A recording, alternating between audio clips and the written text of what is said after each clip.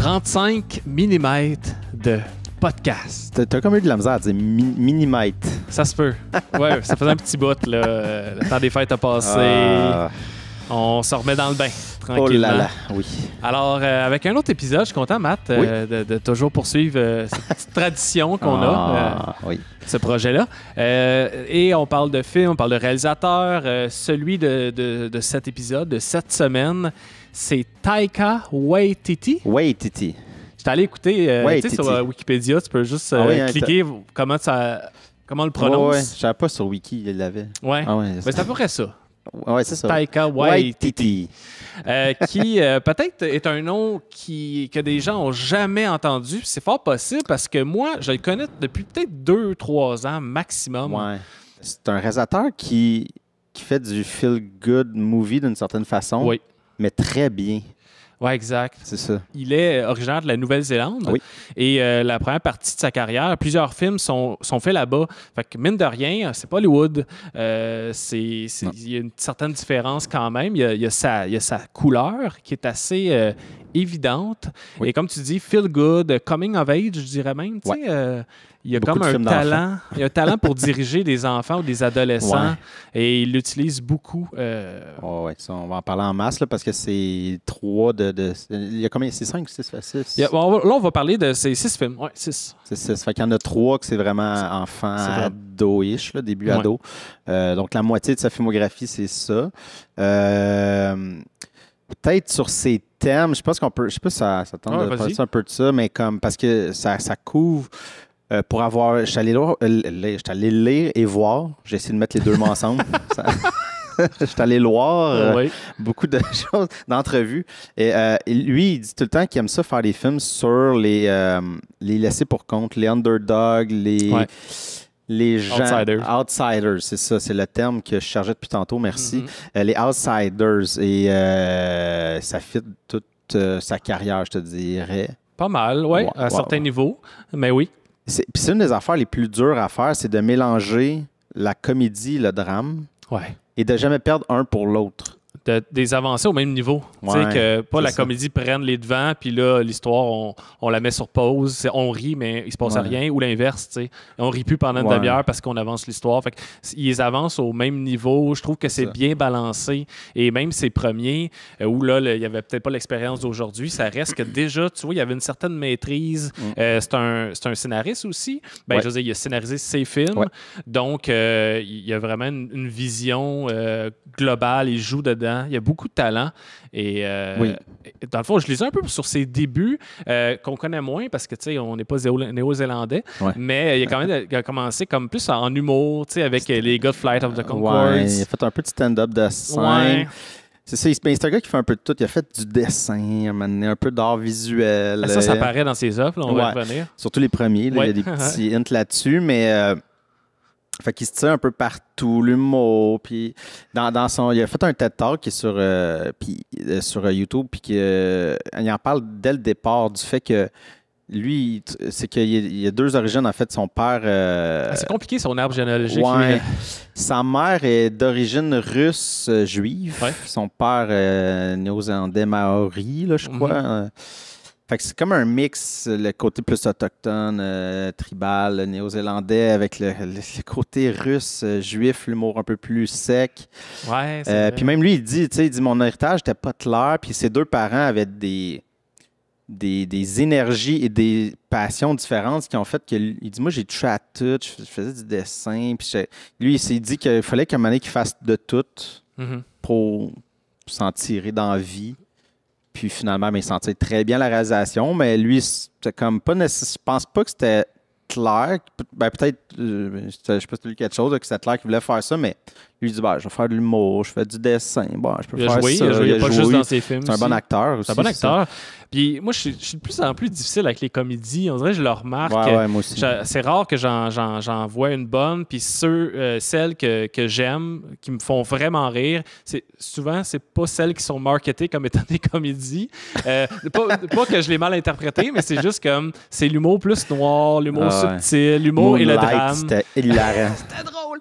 Non, mais c'est ça, c'est des films où l'humour est plus subtil et moins à l'avant-plan, comme les comédies plus américaines. Puis je trouvais ça bon de voir un peu le parallèle avec ses débuts qui est plus avoué comme étant des comédies. Et ce qui se faisait en même temps aux États-Unis avec toutes les Judd Apatow, c'est la même époque, fin 2000. On est vraiment dans des eaux complètement différents. Ouais, mais tu sais... C'est pas quand même meilleur que l'autre, mais moi, ça me rejoint peut-être plus son côté à lui. Judd Apatow, il vient de la pure école stand-up Comedy Store. Fait que c'est une recherche du gag, du punch.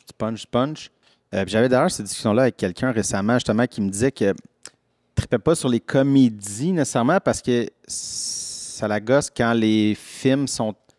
Quand tu sens que la scène est faite pour te puncher dessus. Ouais. Quand le gag est comme on va faire un punch, peu importe.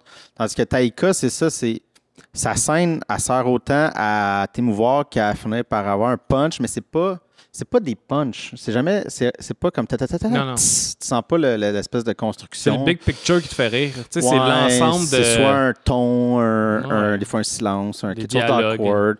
Des fois, il va y avoir une ligne, mais qui n'était pas setupée nécessairement. Là. Je pense juste à... C'est dur de raconter une joke ou une scène drôle d'un de ses films parce que c'est pas drôle quand tu le racontes. C'est vraiment visuel. C'est vrai, tu le dis, puis c'est vrai, parce que j'essaie d'un moment donné d'expliquer The Hunt of Wilder People, qu'on va parler plus tard, mais je suis comme, c'est comme drôle, là, parce que des fois, on rit du gars, mais il faut comme tu comprennes le ton, parce que sa force aussi, c'est non seulement qu'il maintient la ligne sur le drame-comédie, mais il va tout le temps aller piquer dans le politically correct, mais il s'en sort tout le temps. Tu sens tout le temps dans son ton que soit c'est extrêmement deuxième niveau, soit il y a comme... Même si c'est méchant, ça ne l'est pas. Il y a comme... Je sais pas, comme... Ça, j'arrive difficilement à l'expliquer. Ouais, Taika, comme... Tu sais, je le connais pas comme personne, mais ce qu'on voit de l'image publique du gars, là, dans des entrevues ou sur les making-of de films, tu vois que c'est un tannant. C'est un gars là, qui fait juste déconner tout le temps on. Fait que je pense que ça fait partie de son côté, là, vraiment Joker. Ouais, puis d'ailleurs, pour nommer son film le plus connu, Thor Ragnarok. Des fois, les gens connaissent le film, mais ne savent pas que c'est Taika qui est derrière ça. Mais dans les extras, ils ont fait tout le temps les bloopers, ça, et il y avait un bloopers de Taika. Moi, j'ai vu. C'est ça. Puis c'est là qu'on le voit qui est comme allumé, il est tout le temps on, il parle à tout le monde. Ça clash avec l'image du director que tu te fais, tu sais. Sont pas tous sérieux. Là, c'est vraiment juste des moments random. C'est peut-être un 2 minutes condensé là, sur une grosse production, mais quand même. Là, ça montre le personnage qui se reflète dans ses œuvres. Exactement, mais dans une entrevue, justement, c'était pour Thor, là, mais il parlait de tous ses films. Mais c'est parce que dans l'entrevue, le gars, il demande comment c'était diriger Jeff Goldblum. Puis il disait, tu le diriges pas, là, tu le laisses juste faire, mais il dit pour vrai, c'est que... Puis là, Taika dit, moi, je fais ça sur tous mes films, je suis tout le temps en train de parler. En arrière de la cam, ça roule. Ils sont en train de jouer, ils parlent, puis lui, il shout-out des affaires, comme « Hey, fais ça! Hey, gratte-toi le nez! Hey, sans arrêt, genre, c'est ça. Fait qu'il faut que tu aies des comédiens qui sont tout le temps comme assez de gérer ça. Mais je pense qu'il est tellement... Mais c'est ça, ça transperce dans son truc qu'il y a comme un... C'est ça, il y a un humanisme. Il est plus attiré par ces gens-là qui sont laissés pour compte, qui sont...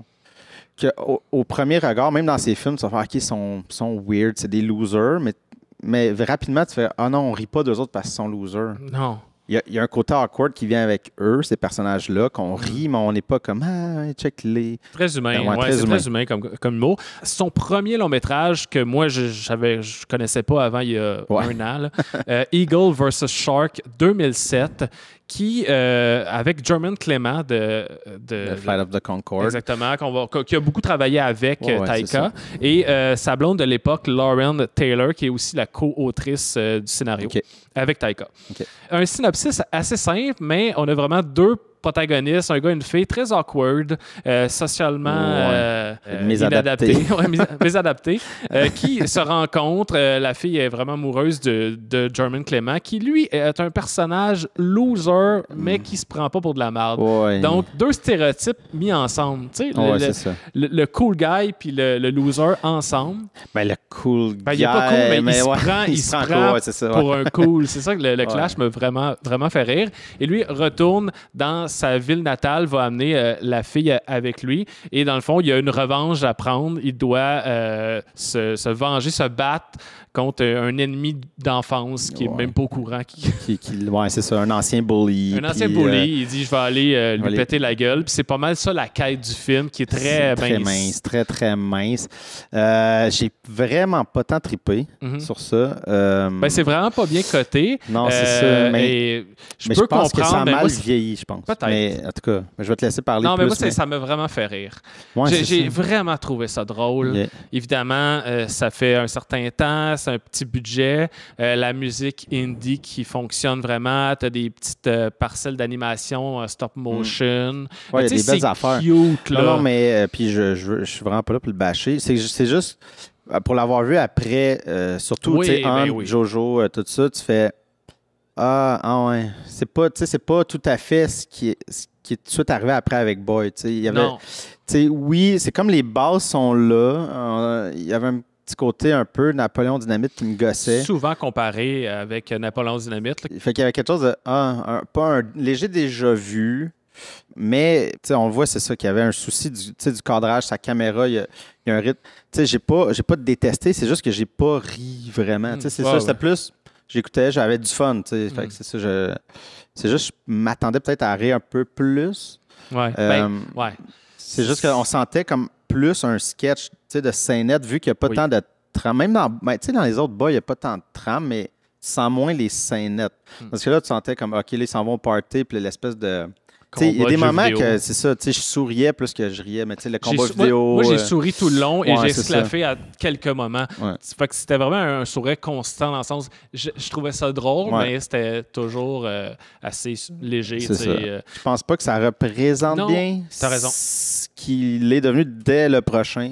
Boy, comme on l'a dit, l'expansion de son court-métrage. Oui, parce que dans le fond, Boy, qui est sorti en 2010, il avait quand même écrit plusieurs années avant. Ouais. Ça aurait pu être son premier film. Finalement, ça a été Eagle vs. Shark.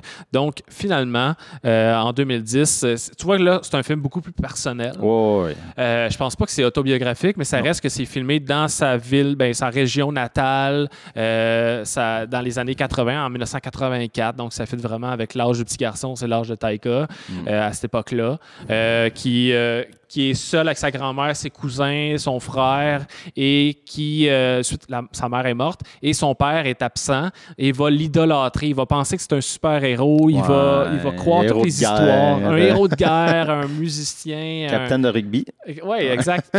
La scène d'ouverture de Boy, qui est vraiment une présentation orale du petit gars sur sa famille, explique tout ça, et c'est super beau, drôle, rythmé. Ça met les bases du film là, de merveille façon. Ouais, je trouve que c'est quasiment bon qu'il l'ait fait en deuxième parce que je pense justement avec Eagle vs. Shark, là, c'est un peu pris, OK, c'est ça, faire un long métrage, c'est plus de gestion, plus de trucs. Fait que là, il est arrivé et on le sent qu'il a déjà pris une maturité. Ah, vraiment? Dans sa caméra, dans oser le rythme, il ose encore plus le drame. Ah oui, vraiment. Puis c'est un humour qui est, c'est ça, qui est off, mais qui est comme pas dans le...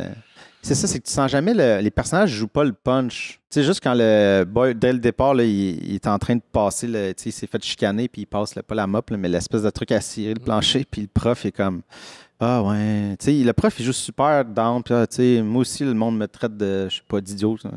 Puis je les frappe pas, mais pourquoi? C'est parce que c'est des enfants, mais tu sais, même là, je l'ai surjoué. Lui, il joue dans un espèce de. C'est des enfants, mais tu sais, en tout cas. Ça m'a fait mourir de rire. Oui, je sais, il y a des petites lignes vraiment drôles. Et dans le fond, pour finir le synopsis, c'est que finalement, son père, qui est joué par Taika, va revenir et finalement, c'est un criminel, mégalomane, agressif, alcoolique, là, tout l'inverse de ce que son fils s'était imaginé de lui. Et il revient, dans le fond, pour déterrer de l'argent qu'il avait enterré avant son séjour en prison. Donc, c'est pas mal un gros clash pour ses fils. Oui. Et bien, c'est ça, ça joue justement sur le drame et la comédie. Tu vois, as souvent des scènes des enfants qui sont juste seuls, abandonnés. Parce que la grand-mère est partie pour des funérailles. Oui, exact. Elle a laissé les enfants seuls. Non, c'est ça, c'est dans la pauvreté de quand même. C'est pas super aisé.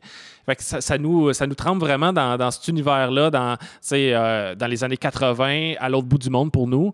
Mais les thèmes sont universels. Ça, c'est clairement l'espèce de la quête de la famille qu'il n'a jamais eue. Parce que, en fait, pour revenir, Boy, lui, il y avait des souvenirs de sa mère. C'est quand son frère plus jeune est né que sa mère est décédée. Mm-hmm. Donc, lui, il a comme un vague souvenir de son père, puis il vit dans cette espèce de fantaisie-là, de triper sur Michael Jackson, puis espérer quelque chose de plus hot, mais que finalement, ben c'est ça. Ça le frappe un peu en pleine face, tout ça, mais il y a quand même... C'est que Taika, même ça, c'est triste, il te fera jamais trop pleurer. Tu sais, il te fera pas pleurer nécessairement. Non. Juste des émotions, puis après ça, il va te donner des... Tu sais, il va doser le truc, puis j'ai aimé, mais aussi une affaire, ces films sont jamais longs. Non, 1h30. Je ne sais même pas s'il y a 1h30, je pense qu'il y a 1h20. Il est peut-être plus court que ça encore. Oui, c'est ça. Fait que ça s'étire jamais. Fait que même si c'est des films, bon, les trames sont minces un peu, on s'emmerde jamais, ça avance tranquillement, les petites péripéties une après l'autre. J'ai vraiment aimé ça. Évidemment, je conseille de le voir peut-être dans l'ordre. Parce qu'après Hunt, mettons... c'est soit vous le voyez dans l'ordre ou si vous les avez toutes vues sauf lui et que vous avez vraiment aimé, vous allez trouver votre compte. Mais c'est vrai qu'il a vraiment évolué. Ça, c'est pas une pâle copie, mais c'est juste le début de ce que Hunt for the Wilder People ressemble. Fait que c'est comme, on est pas dans la même veine. Ouais, c'est ça. C'est pas la même histoire, c'est pas les mêmes personnages, mais c'est les mêmes thèmes. Là, évidemment, c'est un peu moins rythmé que ce qui va suivre. On est moins dans l'action, mais moi, je me mettais souvent la même note. J'étais comme, c'est touchant, c'est touchant. C'est peut-être son plus touchant. Oui, vraiment. Mais c'est son plus personnel, au risque de me répéter. Puis, il y a de petites magies là, dans des plans qui sont assez d'une simplicité, mais efficaces.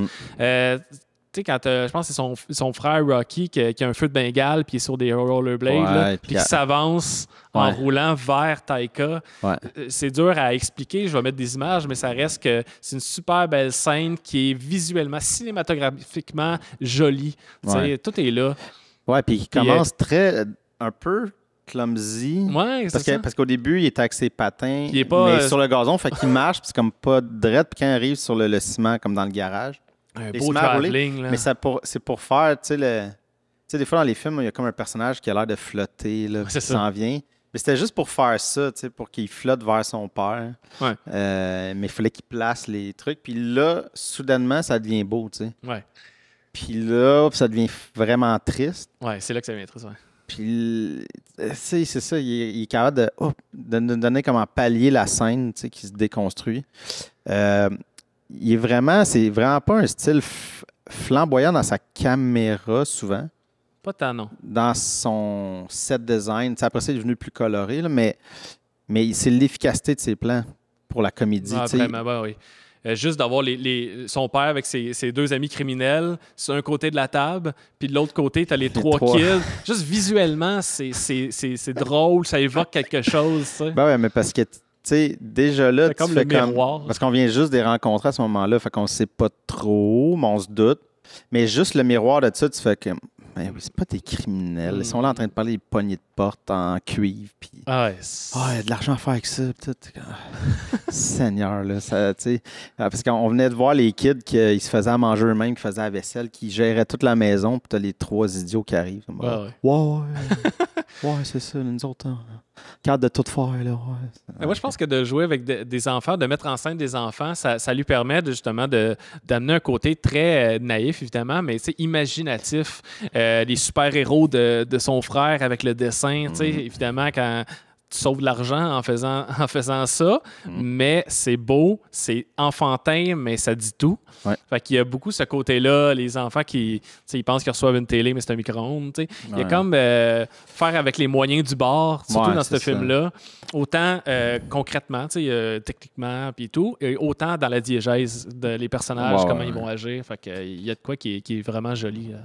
D'ailleurs, Hulk est placé là-dedans. Il mentionnait un moment donné, il parle des super-héros. Ah ouais. Puis là, il dit Hulk, puis il se met à parler de Hulk. Ah, c'est drôle. Ouais. Tu vois qu'il y avait déjà un amour de Marvel. Ben oui, je pense qu'il n'est pas atterri là pour rien. On va y arriver. On va passer à What We Do in the Shadows. 2014. Il y a eu un court-métrage qui a fait en 2005 qui s'appelait What We Do in the Shadows, Interview with Some Vampire, qui était, parce que ça a pris du temps avant de développer ce projet-là, qui a écrit et réalisé avec German Clement. Donc, c'est une co-réalisation. Les deux jouent là-dedans. Donc, c'est un faux documentaire, Mockumentary. Sur la vie de comme 4 vampires ou 5.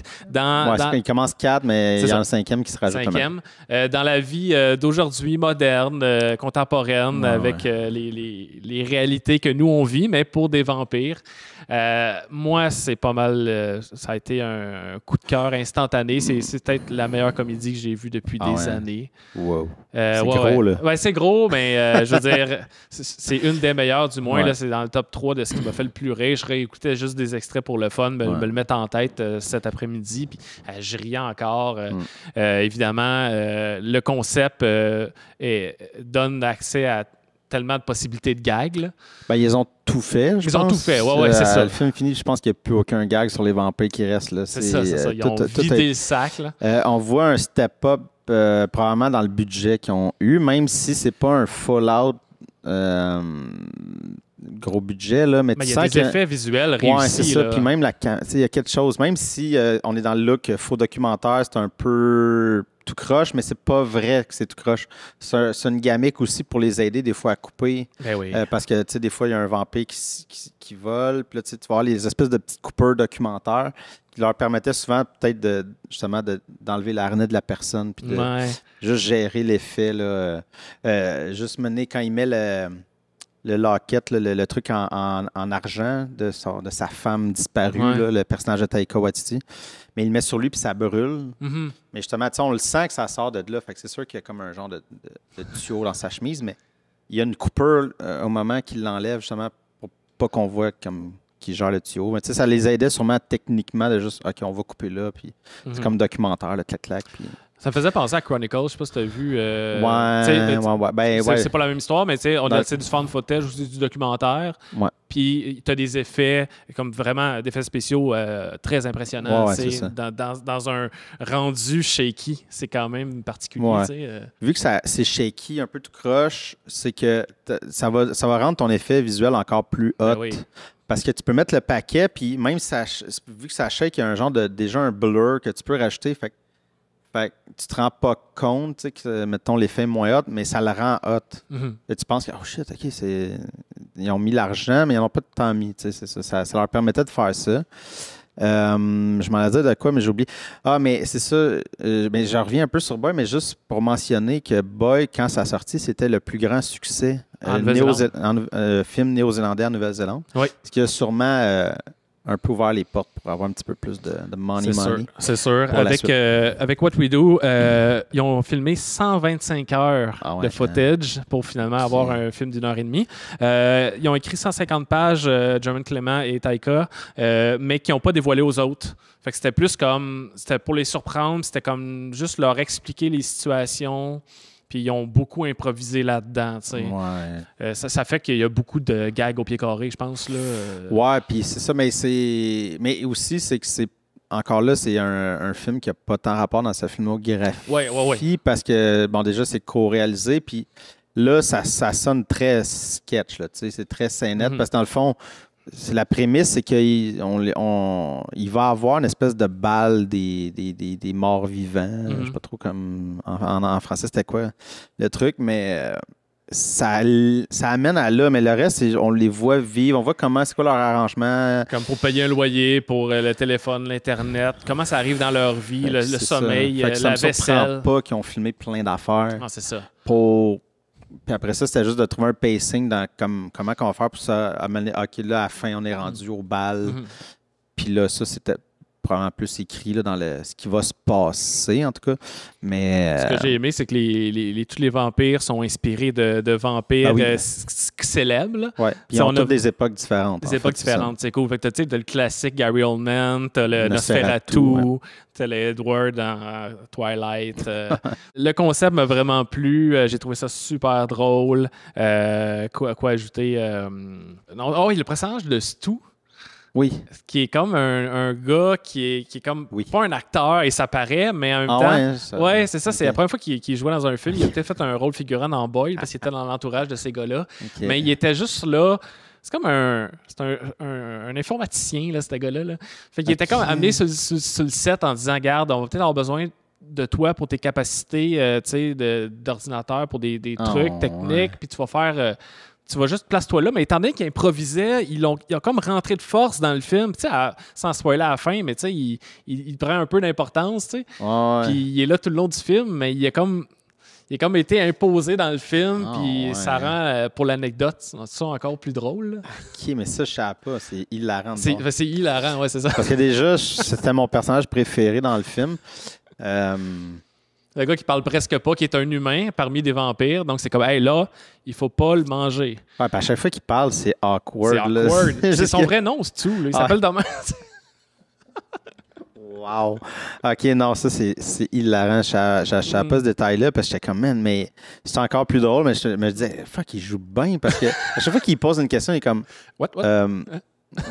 Non, mais c'est ça, je suis comme informaticien.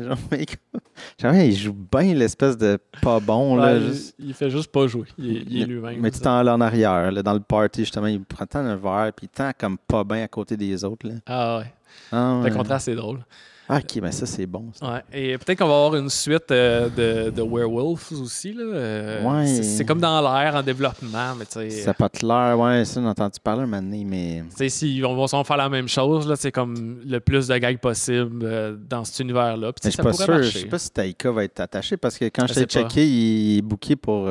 Ouais. Il est booké pour longtemps. Là. Moi, j'avais lu en In Progress, mais c'était pas sur IMDb, là, c'était pas crédité. Là, fait que ça se pourrait que ça n'ait pas lieu. Ou que ce soit plus Clement. Ça se peut que ça soit dans 10 ans, 20 ans. Ou que ce soit plus Jermaine Clement qui lead la patente parce que c'est ça. Il y a des gros projets à la table. Oui, il est pas mal occupé. On va poursuivre 2016, comme on en a déjà un peu parlé. Hunt for the Wilder People. Je pense que c'est avec ce film-là que ça a été pour moi, OK, ça c'est un réalisateur que je dois suivre à partir de maintenant. Je ne dois pas le perdre de vue. Ce film-là, c'est le parfait mélange entre l'humour, l'action et le côté touchant. Oui, super bien dosé. Très, très bon film. Puis l'affaire, c'est que c'est ça, c'est hyper accessible. Là, comme Seigneur, allez, regardez ça. Je suggère souvent ce film-là si les gens se cherchent un film à regarder parce que tous les ingrédients sont là pour comme une bonne ride émotive, pour rire. Vite, c'est avec Sam Neill, qui est un Néo-Zélandais aussi. Oui. Avec le jeune Julian Dennison. Qui est hilarant. Il vole le show. Il a fini dans Deadpool 2. Okay. Dans sensiblement le même rôle du petit gars désagréable, trouble fight, pyromane. Ah ouais. Puis clairement, parce que Deadpool, tout le temps dans l'autoréférencement, fait clairement, ils sont allés chercher. Parce qu'il y avait justement un mutant qui pitche du feu, un jeune ado rebelle. Fait qu'ils ont fait. Il a sûrement vu le film, puis il a fait viens-t'en. Tu vas faire la même affaire, sauf que tu n'es pas comme à la recherche de tes parents ou whatever. Là, mais c'est ça, je pense qu'il est excellent dans Deadpool 2 aussi. Là-dedans, il s'appelle Ricky Baker. C'est un petit jeune qui est délinquant, passe de famille en famille, va atterrir dans la famille, une famille. Famille d'accueil, oui. Une famille d'accueil avec une mère très dévouée, mais qui va mourir assez tôt. Donc, et le père qui, lui, est Sam Neill, un gars qui est un loner, qui s'en fout, veut pas vraiment son idée là, d'avoir un enfant adopté. Donc, pognés ensemble, le petit Ricky Baker va simuler sa mort. Il va se sauver. Donc, ils vont se ramasser perdus dans la forêt. Sam Neill va se briser la cheville, se fouler la cheville. Donc, très limité, ils vont se perdre. Et ils vont être à la poursuite. Ils vont être recherchés par la police et les services sociaux. Donc, dans une grosse quête à ce qui prend des proportions assez grandes. Ça n'a plus de sens à la fin. Et, on n'est pas trop dans le cliché des deux personnages qui s'entendent pas, mais qu'à la fin vont être les meilleurs amis du monde. Parce que c'est pas ça non plus qui se passe. Non. T'as comme le petit Ricky Baker qui est vraiment comme enjoué, aime l'aventure, il chante du rap, il danse. Il pense qu'il est Tupac. Il pense qu'il est Tupac.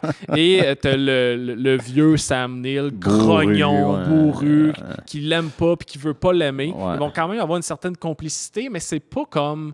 C'est pas les violons, tu sais, c'est pas comme... non. Cette aventure va les avoir réunis. Mais c'est quand même la dynamique, pas bon cop, bad cop. La dynamique qu'on a déjà vu souvent. Là, c'est ça, mais qui fonctionne super bien parce que Sam Neill est 100% là pour servir le kid. Ah ouais, puis le fait qu'il y a tellement de face là, que ça bande, puis que le kid peut juste bouncer dessus puis être drôle. Là. C'est une prémisse qui fonctionne, là, un duo qui fonctionne... depuis la nuit des temps en humour, mais sa caméra, tu vois qu'à chaque film, il step up sa game de gérer le cadrage, gérer le... Tu sais, c'est ça, il crée tellement tout le temps un mood, là, la scène des funérailles, tu sais, que... Tu sais, c'est ça, c'est que là, tu te rends compte quand elle est morte, le plan est tellement beau, tu tombes, claque funérailles, puis là, t'es encore dans les funérailles. Très rapidement, ça devient hilarant parce que là, c'est Taika Waititi qui fait le curé. Qui parle des portes, que d'une porte, t'as Big Mac, McDo, puis dans l'autre porte, il y a quoi? Des légumes. Puis là, ça devient comme... Non, puis la fille en arrière. Jesus! Moi, ça là me fait tuer parce que t'as le plan, il n'y a personne dans l'église, il y a une fille en arrière. Jesus! À chaque fois, je pleure. Son cadrage rend la comédie comme... Ça sert tellement... Ces gags. Ben c'est ça, je suis en train, je me suis coupé, mais je viens de dire ce gag-là, c'est pas drôle, c'est le cadrage. C'est le cadrage qui est drôle. C'est ça. C'est le cadrage qui fait que la fille qui dit Jesus, dans le fond, c'est hilarant. Ça avait été en gros plan, par exemple, ça n'aurait pas été aussi c'est l'efficacité, il bouge pas, sa caméra, il est fixe le moins possible. S'il bouge, c'est pour révéler quelque chose. Ou si c'est plus actif, ben, c'est dans une scène d'action, mais je veux dire, là, c'est hyper frontal, super stable, clac, c'est la mise en scène dedans, le jeu, tout est placé. Ah ouais, puis c'est une belle DOP là-dedans, là, visuellement, les couleurs, on est en forêt, c'est magnifique, les décors. Des bons flashs de réalisation aussi, avec la musique, là, moi, la scène avec la toune de Leonard Cohen, là, puis c'est juste un pan 360. Ouais, quand ça arrive à l'hiver, je pense que c'est ça, exact. On switch de saison, ça c'est puis là, tu vois les personnages plusieurs fois dans le cadre, ça panne, puis ils réapparaissent, tu fais tu as une ellipse dans le temps à travers un plan. Mais c'est le fait une couple de fois. Lui, il est peut-être plus marquant là, parce que il y a comme un genre de. On vient de vivre un gros truc. Puis là, il y a comme un switch de ton un peu. Puis là, t'es comme ah, OK, là, on est rendu plusieurs mois, l'hiver. Comment ça devient dramatique parce que là, ils sont dans la forêt depuis 7-8 mois, je ne sais plus, un moment donné, mais là, on est rendu l'hiver, là, ils sont encore là. OK. Fait que là, c'est plus dramatique. Il le fait au début quand Ricky se pousse tout seul puis il est perdu. Parce que justement, on le voit marcher partout, mais finalement, on se rend compte que c'est pour ça que la cam reste sur place parce qu'il il revient aux mêmes places puis l'autre, le bonhomme, le trouve tout de suite. Là. À la fin, c'est autre chose. Là, il change de décor, mais... Puis il n'y a aucun violon, c'est ça qui est le fun. C'est jamais... Le mélodrame ne rentre pas, même si c'était peut-être tentant. C'est ça. Mais non, super bon film. Super bon film. On poursuit avec Thor Ragnarok. Première fois qu'on parle de Marvel ici au podcast. Moi, je me fais plus, là. Moi, je veux parler de Marvel depuis le début. Là. 2017, donc on lui donne les rênes d'un des films du MCU. Avec, là, vous savez qui joue là-dedans. Là, c'est une grosse brochette d'acteurs super connus. Évidemment, on parle de Thor, donc Chris Hemsworth, Tom Hiddleston, Kate Blanchett, Tessa Thompson, Jeff Goldblum, Idris Elba. Taika qui joue un petit rôle, évidemment. Mais Taika, on ne le reconnaît pas, mais il joue un personnage animé. Le pire, c'est que moi, je savais qu'il jouait, mais je ne savais pas quel personnage. Fait que c'est sûr, évidemment, tu t'en doutes, là, mais... Il y a l'accent. L'accent, la voix, puis le côté cabotin. La dégaine, ouais. La dégaine. Et puis finalement, il a imposé ce personnage-là parce qu'il revient dans les Avengers, Infinity War. Pas dans Infinity War, il est dans le Endgame. Il revient, puis je pense qu'il est en train d'en faire un autre. En fait, c'est son prochain. Là. La COVID a comme ralenti le calendrier, mais c'est son prochain film à faire. C'est un Thor ou c'est un autre Thor, oui. C'est un autre Thor. Oui, puis il va ramener son personnage, évidemment, là, c'est ça. Il a comme imposé ce personnage-là, parce que c'est pas vraiment un personnage. Je pense qu'il a été inventé. Je pense même pas qu'il est dans un BD. Là. Je pense qu'il a été inventé pour ça, en tout cas. Moi, il faut dire que, c'est-tu le premier Marvel que je vois? Je t'en parle tout le temps de Marvel, mais je pense que tu n'en as vu aucun. C'est le premier que je vois. J'ai vu Logan, mais c'est pas dans le MCU. Non, vraiment pas, c'est Fox. Mais ça, c'est notre affaire. Fleur, je t'explique avec un tableau. Là, mais c'est pas dans l'univers Marvel. Non, tout ça pour dire que je suis pas attiré par ça. Ça me parle 0-0. Puis moi, je me dis, quand j'aurai des enfants, si j'en ai, là, j'embarquerai dans la vibe. Très en retard, là. Mais ça m'appelle pas. J'ai pas l'impression de moi manquer quelque chose. Ça reste quand même que j'ai aimé l'aventure de Thor Ragnarok parce que, évidemment, c'est divertissant. C'est divertissant à souhait, là. Ouais. Moi, c'est l'humour qui m'a accroché, évidemment. Si c'était pas de Taika, je l'aurais jamais vu ce film-là, ça c'est sûr. Donc, j'ai aimé, malgré tout, l'expérience. Si j'avais été un fan de super-héros, pour moi, ça aurait été un 10 sur 10, mais je le suis pas. Fait que c'est sûr que je peux pas embarquer plus. À un moment donné, je me lasse très rapidement des maudites batailles. Là, je veux dire, ça me gosse, ça me tanne. Mais ça reste que c'est bien exécuté. Fait que je vais te laisser parler plus. Mais le backstory de ça reste que un réalisateur néo-zélandais qui arrive de la comédie, comment il arrive là et ça fonctionne? Il y en a plein qui ont essayé avant lui. Là. Ouais, mais Marvel, faut leur donner, ils sont tout le temps allés chercher des gars puis des filles, on commence à avoir des filles réalisatrices, mais ils vont pogner des nouveaux talents. Tout le temps. C'est tout le temps leur honneur. Du monde qui n'ont pas beaucoup de films. Tu sais, James Gunn, quand il est arrivé, je pense qu'il y avait un film. Il avait fait, il avait fait le truc avec Wayne Wilson. Oui, c'est ça, that's it. Puis bang, ils sont allés chercher. Super, ouais, c'est ça. Ils sont allés chercher pour les Gardiens de la Galaxie. Tu sais, Black Panther, c'est Ryan Coogler. Il y avait 2 films dans la cravate. Tu sais, l'univers Marvel, c'est que là, on parle de 22 films en 13 ans. C'est un gars qui gère ça, qui est là depuis le début. C'est comme... Il faut voir ça quasiment comme un showrunner à télé. Là. Lui, il est derrière ça. C'est un gars qui vient de la BD puis qui voulait comme vraiment faire... Il disait qu'au cinéma, il n'avait pas assez bien exploité ce qu'ils font en BD, c'est-à-dire l'espèce d'univers interconnecté entre tout le monde. Donc, c'est sûr que tu vas chercher Taika, tu lui donnes Thor, mais Thor, il existe, puis déjà là, c'est le 3e, puis il existe dans ce grand univers-là, puis il faut qu'il joigne quelque chose. Fait que c'est sûr qu'ils doivent prendre le réal et faire comme voici la machine, on a toute l'équipe, tout le monde est là, tout le monde a travaillé sur toutes les autres. On est là pour... Comme toi, tu leads ton film, mais on est là, genre, dans le sens que il doit y avoir quelque chose d'un peu rassurant, peut-être, pour arriver dans un sens, dire, on est comme entouré. Je peux pas me planter parce que le truc, la machine est grosse. Mais sa liberté créatrice, là. Ben, c'est ça. Puis c'est ça qui est drôle parce que tu as Edgar Wright qui ont été chercher le gars qui a fait The Baby Driver puis toutes les... Shaun of the Dead. Shaun of the Dead, entre Scott autres. Pilgrim. Scott Pilgrim. Ils ont été le chercher, puis lui, ça n'a pas marché parce que lui, il voulait aller trop loin dans le truc. Je pense que Taika, il y a quelque chose de team player.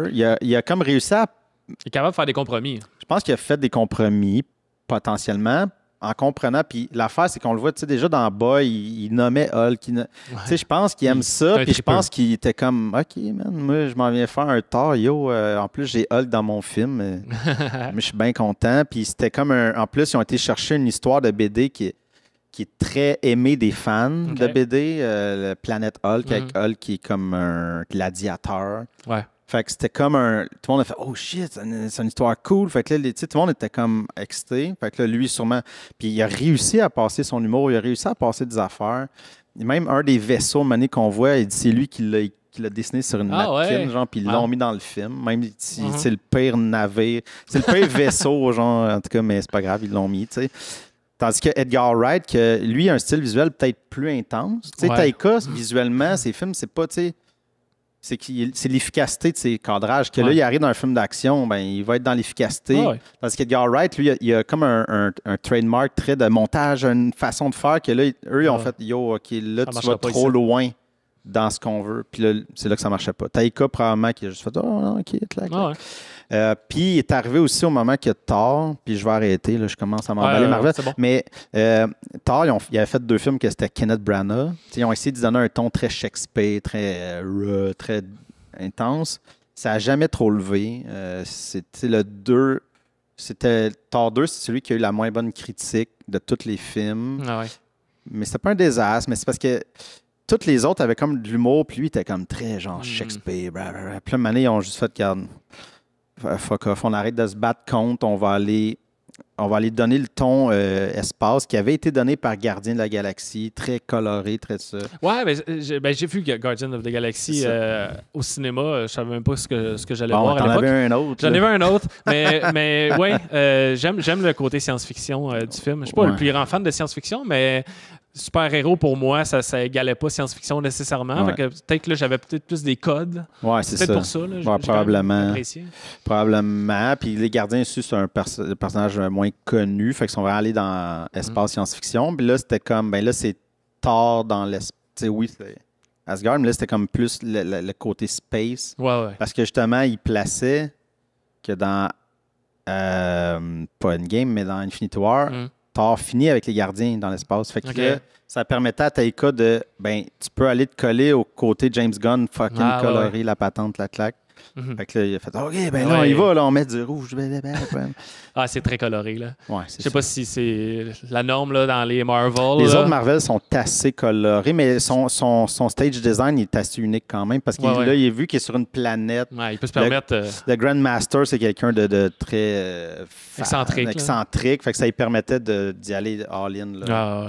Puis de rire de tout ça. Il y a des corps, il y a beaucoup d'autodérision dans l'affaire. Ça aussi, ça me plaît. Ça, c'était le fun. Puis, dernière chose que je dis sur le film, mais une petite anecdote, vu que tu en as donné une avec Stu, mais il y a une ligne dans le film qui a été donnée par un kid.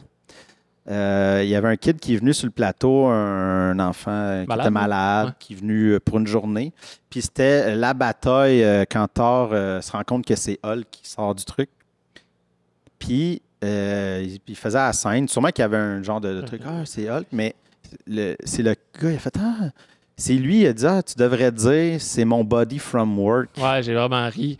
Puis je la connaissais, la phrase, mais je l'ai ri pareil, je l'avais oublié. Ça m'a vraiment fait rire. I know him, it's my buddy from work. Mais c'est le kid qui a dit ça. Cool, puis Taika a fait man, ça marche, là, parce que ça fait un peu comme ce côté enfantin de. Je pensais que j'allais me battre contre un monstre. C'est mon buddy. Mais c'est mon chum, mais ça avait mal.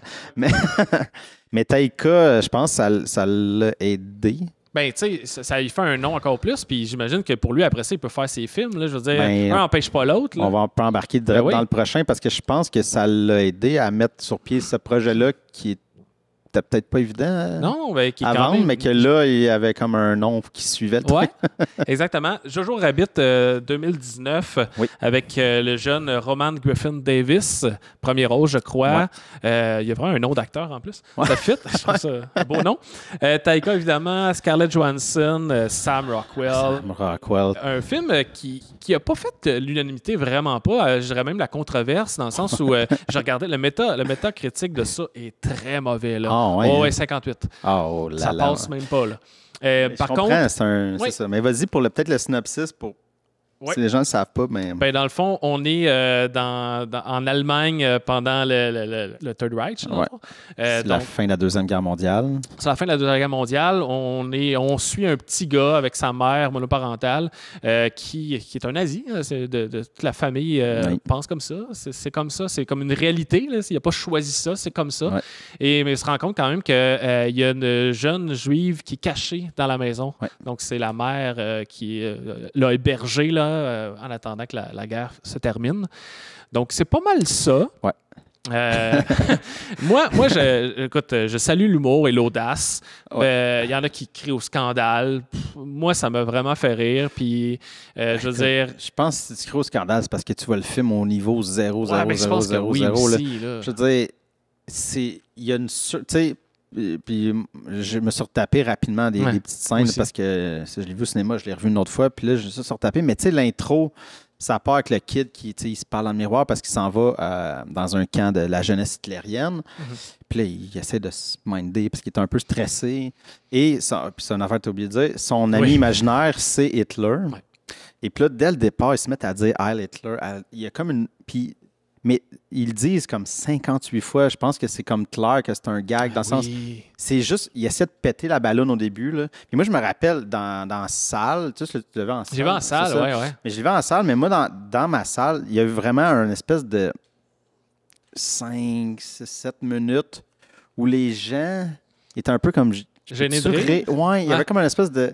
Puis je pense correct, le film il est pacé un peu comme... Il y a des gags, mais c'est correct. Correct. Puis on dirait qu'il s'est fait... On pète la ballonne à Hitler à fond. La présentation du camp, là... Oui, c'est ça. Il y a quelque chose à un moment donné qui pick up parce que ça devient plus enfant. Ils ont des cours de lançage de grenades, de haches. Puis en tout cas, ça devient tellement over, mais tu sais, tu comprends, là, je veux dire, il rit de ça. Puis c'est un film sur... je veux dire, c'est un film quasiment philosophique dans le sens, c'est une étude de quelqu'un, tu nais dans un endroit, donc tu es le produit aussi de cet endroit-là. Puis le petit gars, il est super, tu sais, justement, il est en train de dire Heil Hitler, mais il sort de chez eux, puis il est super gentil. Puis il dit bonjour, mais il dit bonjour en disant Heil Hitler. Mais, il comprend rien. C'est ça qui s'est fait enseigner pour les 10 années de sa vie. Que Hitler, c'est le plus grand, puis que les Juifs, ben c'est des mauvaises personnes. Mais c'est tout un film sur l'endoctrinement, l'espèce de...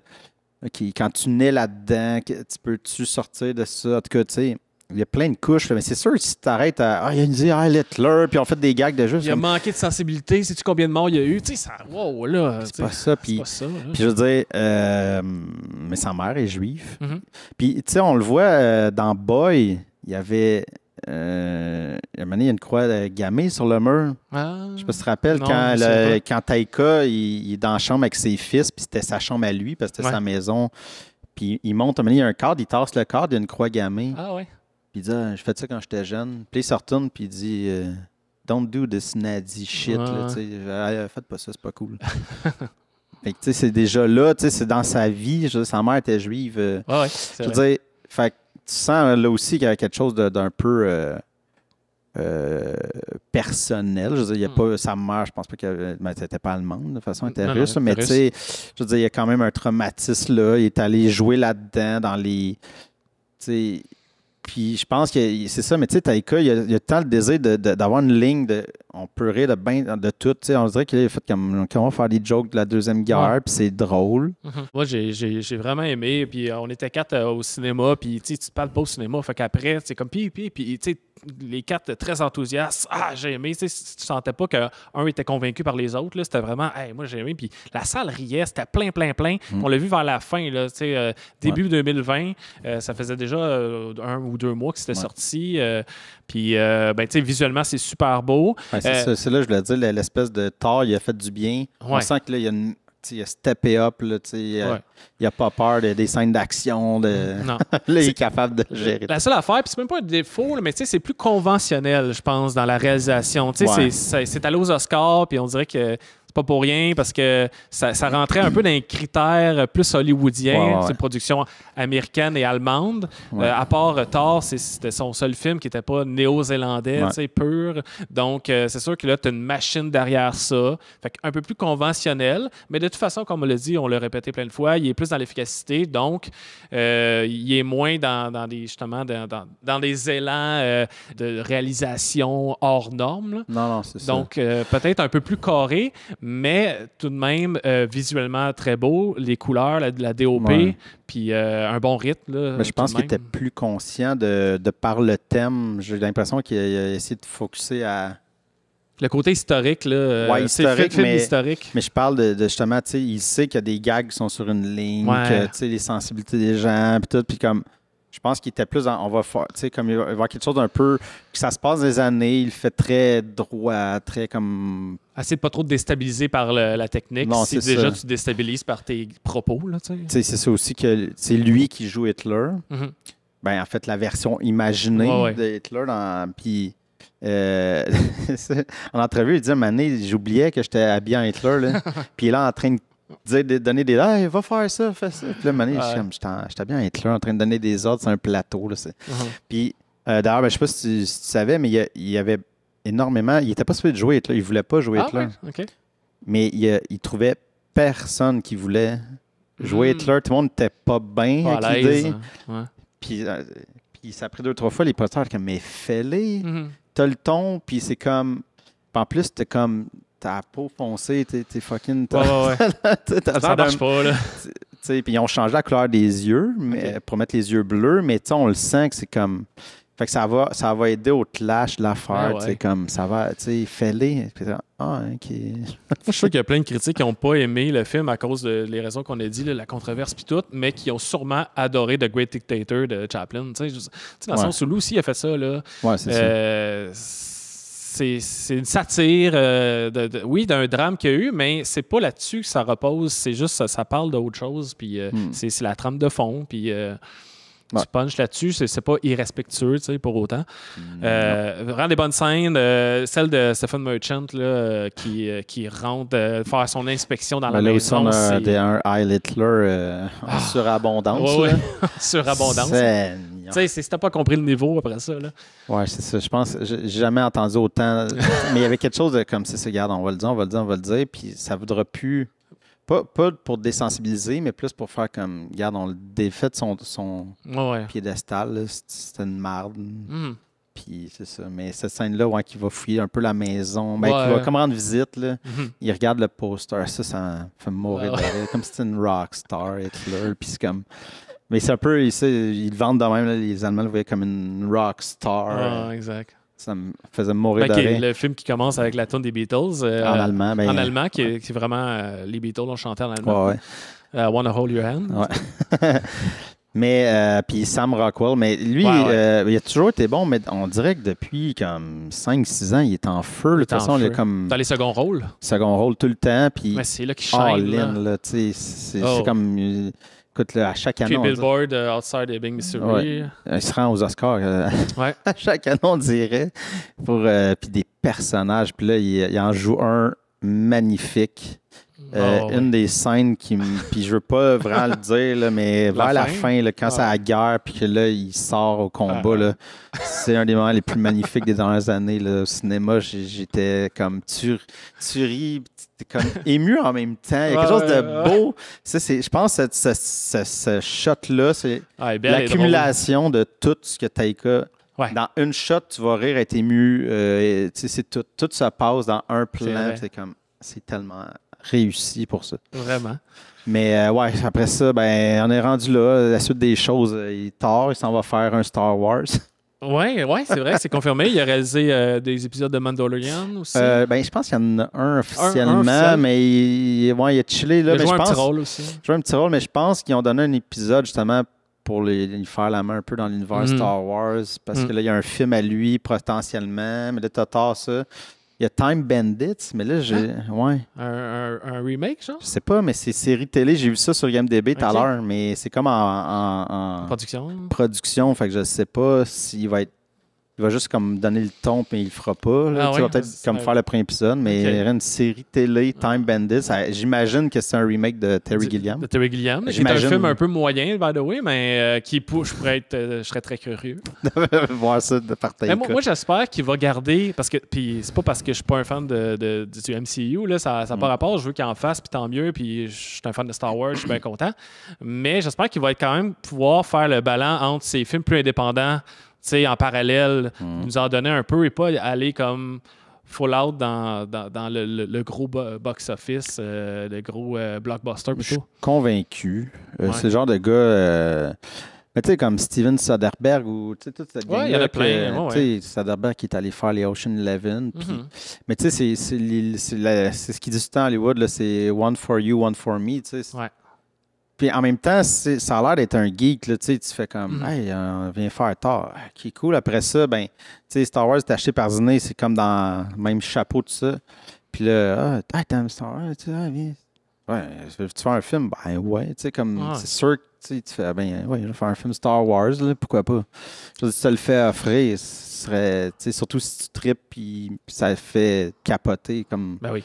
Lui, il a pas l'air d'avoir de plan. Il a l'air de juste comme avancer. Puis, mais je suis sûr que là, c'est juste. Il y en a comme 2 gros, un back-à-back, mais je pense qu'on va en avoir maintenant. On a parlé de 6 films. Mais il y en a un autre qui s'en vient. Ah ouais? Oui, avec Michael Fassbender et tout ça. Mais c'est une histoire vraie en Nouvelle-Zélande. Ah, cool. Sur probablement une équipe de rugby. C'est comme une défaite historique. Une histoire vraie. J'ai allé là en diagonale, mais ça serait en post-prod. OK. Il est super prolifique. Là, on a parlé de 6 films, puis c'est en 12 ans, les 6 films sont sortis. Fait qu'il est assez productif. Puis si tant mieux, s'il claque des coups de circuit avec ces grosses machines-là derrière lui, puis que ça lui donne un nom, puis que ça attire encore plus de monde pour voir son cinéma indépendant, puis ça lui donne plus de moyens, on est tous gagnants là-dedans. Là. Moi, je fais confiance. Là. Il m'a vraiment séduit assez rapidement. Puis voilà, ça fait un portrait. Allez voir ça, si vous ne les avez pas vus. Si vous en avez manqué quelques-uns, ça vaut pas mal toute la peine. Ah oui, ça c'est clair.